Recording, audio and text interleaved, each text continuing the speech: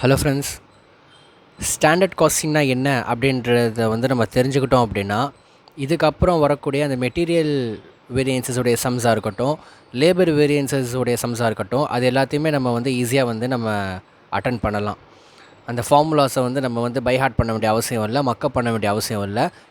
இந்த ஸ்டாண்டர்ட் காஸ்டிங்கோடைய கான்செப்டை நம்ம புரிஞ்சுக்கிட்டாலே ரொம்ப ஈஸியாக அதை நம்ம அட்டெண்ட் பண்ணலாம். சொல்லப்போனால் நம்ம மனப்பாடம் பண்ண வேண்டிய அவசியமே இல்லை. சும்மா நான் அந்த ஃபார்முலாஸை நம்ம பை ஹார்ட் பண்ணி உட்காந்து 2-3 சம்மு போட்டு பார்க்க வேண்டிய அவசியம் கூட கிடையாது. செம்ம ப்ராக்டிஸ் பண்ண தான் போட்டு பார்க்கணுமே தவிர ஃபார்முலாவை மனப்பாடம் பண்ண போட்டு பார்க்கக்கூடாது. ஸோ ஃபஸ்ட் ஆஃப் ஆல் அந்த ஸ்டாண்டர்ட் காஸ்டிங்னா என்ன அப்படின்றத உங்களுக்கு நான் ஷார்ட் அண்ட் ஸ்வீட்டாக உங்களுக்கு நான் புரிய வைக்கிறேன். ஒரு எக்ஸாம்பிளுக்கு, இப்போ நான் இந்த பெண்ணை நான் வாங்குறதுக்கு ஒரு ஷாப்புக்கு போகிறேன். ஒரு ஸ்டேஷ்னரி ஷாப்புக்கு இந்த பெண்ணை வாங்குறதுக்கு நான் போகிறேன். நான் என்ன நினச்சிட்டு போயிருப்பேன் அப்படின்னா, இந்த பெண்ணுடைய ப்ரைஸ் என்ன ஒரு 50 ரூபா இருக்கும் அப்படின்ட்டுன்னு நானாக எக்ஸ்பெக்ட் பண்ணி இமேஜின் பண்ணிவிட்டு 50 ரூபா தான் இருக்குன்ற மாதிரி நினச்சிட்டு அந்த கடைக்கு போகிறேன். கடைக்கு போய்ட்டு நான் அந்த பெண்ணை பர்ச்சேஸ் பண்ண போகிறப்போ கடைக்காரர்கிட்ட கேட்குறப்போ கடைக்காரர் என்ன சொல்கிறாருன்னா, ஒரு 70 ருபீஸ் அந்த பெண்ணு அப்படின்றாரு. அப்போது அந்த பெண்ணுடைய ஆக்சுவல் ப்ரைஸ் 70, நான் எக்ஸ்பெக்ட் பண்ணது 50. ஸோ இந்த 50யையும் 70யையும் மைனஸ் பண்ணால் ஆன்சர் 20ல் தான் நிற்கும், மைனஸில் வரும். ரீசன் என்னென்னா, என்னுடைய மைண்டில் 50 ரூபா நான் ஃபிக்ஸ் பண்ணிட்டேன். ஆனால் நான் எக்ஸ்பெக்ட் பண்ணிவிட்டு போன அந்த ப்ரைஸ் அந்த பெண்ணுடைய ப்ரைஸ் 50 ரூபா தான். ஆனால் கடைக்கு போனால் கடைக்காரர் சொல்கிறது என்னென்னு பார்த்தீங்கன்னா 70 ரூபா. இப்போ நான் எக்ஸ்பெக்ட் பண்ணிவிட்டு நானாக ஒரு அப்ராக்சிமேட்டாக ஒரு வேல்யூவை நினச்சிட்டு, ஒரு மானிட்டரி வேல்யூவை நினச்சிட்டு நான் போயிருப்பேன் பார்த்தீங்களா. இதுதான் ஸ்டாண்டர்ட் ப்ரைஸ்.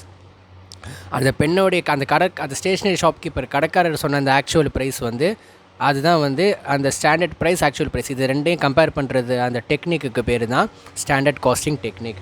ஸோ ஸ்டாண்டர்ட் காஸ்டிங்னா என்ன அப்படின்றத உங்களுக்கு நான் ஈஸியாக அந்த சப்போஸ் இதை தியரியில் கேட்டாங்கன்னா இதை எப்படி ஹேண்டில் பண்ணணும் அப்படின்றத உங்களுக்கு நான் அழகாக பாயிண்ட்ஸோடு உங்களுக்கு நான் இதை சொல்லியிருக்கேன். நான் சொன்ன இந்த எக்ஸாம்பிளை வச்சு நீங்கள் பார்த்தீங்கன்னா அழகாக நீங்கள் இதை இந்த தியரியை 6 மார்க்கில் கேட்டாங்கன்னா கூட உங்களுக்கு சப்போஸ் உங்களுக்கு சம் ஏதாவது தெரியலைனா கூட நீங்கள் பேலன்ஸ் பண்ணுறதுக்கு இந்த எக்ஸாம்பிளை வச்சே நீங்கள் எழுதிடலாம். ஸோ இந்த ஃபஸ்ட்டு 3 பாயிண்ட்டை கூட பாருங்களேன். இப்போ நான் சொன்னது தான் உங்களுக்கு அந்த சொன்ன இந்த எக்ஸாம்பிள்லேருந்து தான் அந்த ஃபஸ்ட்டு 3 பாயிண்ட்டே வந்துருக்குது. So standard costing of technique அப்படின்றது cost accounting technique in which standard cost are predetermined. முன்னாடியே நம்ம டிட்டர்மைன் பண்ணிடுறோம். யாருக்காக அப்படின்னு பார்த்தீங்கன்னா, லேபருக்காக, மெட்டீரியலுக்காக, ஓவர் ஹெட்டுக்காக.